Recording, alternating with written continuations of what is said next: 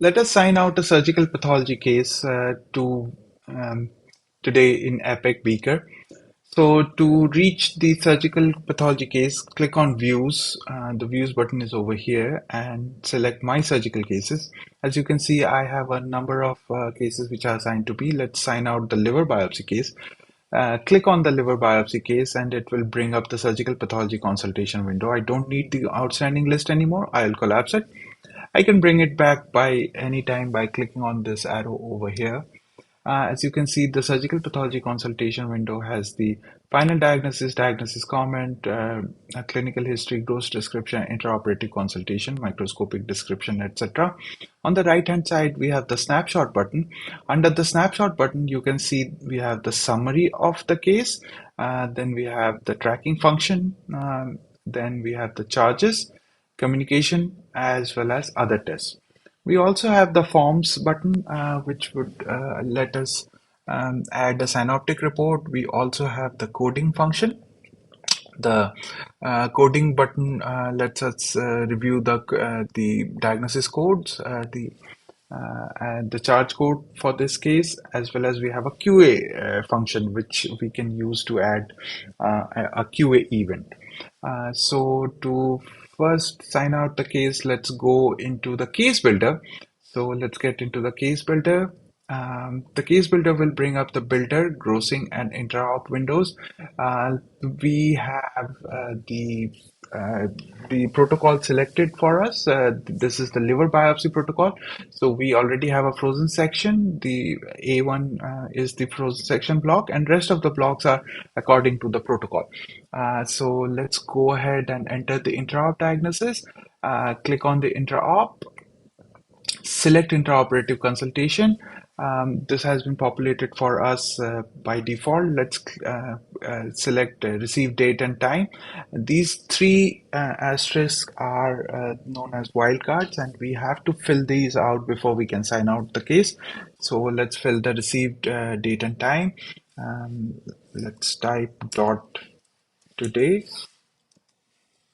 and let's type dot now. Uh, Call date and time is the same. So dot today and dot now. Intraoperative diagnosis can be entered as test diagnosis.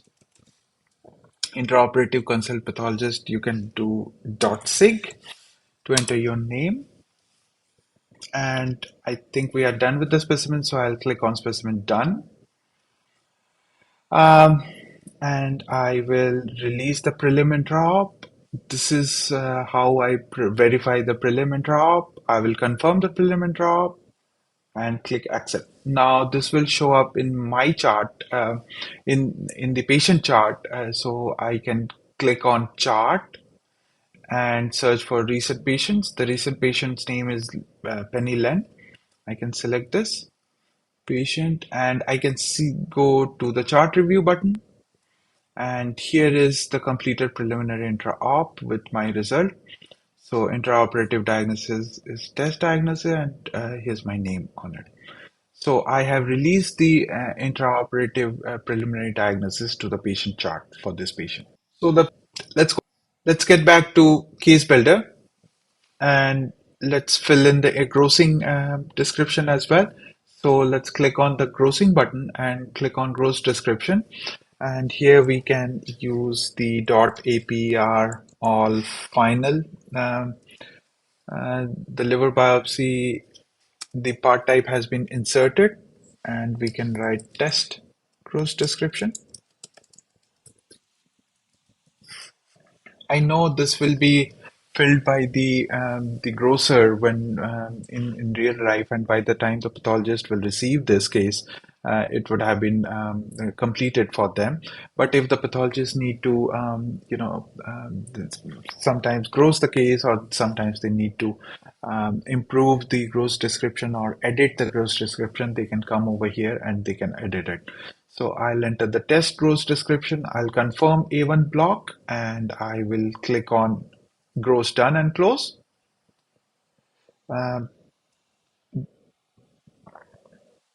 Now the final diagnosis has been completed and sorry, the gross description has been completed and I can enter the surgical pathology consultation. To enter the surgical pathology consultation, I can click on this pencil button and you can see that the final diagnosis, the gross description is here, the interoperative consultation has been auto-populated.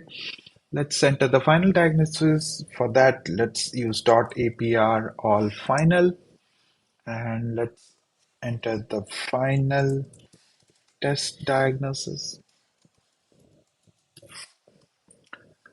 Um, for microscopic description, I can populate it by test description and I can advance the case by clicking on this advance button.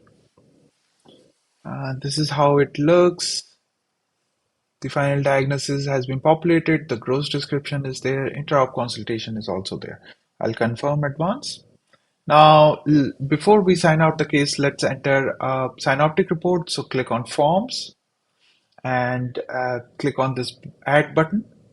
Let's search for the lung resection synoptic list and let's populate the fields. I have populated all the required fields. Let's verify this.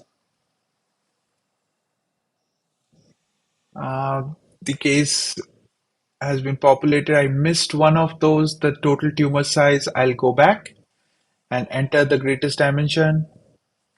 So I can click on this edit button and edit the synoptic report.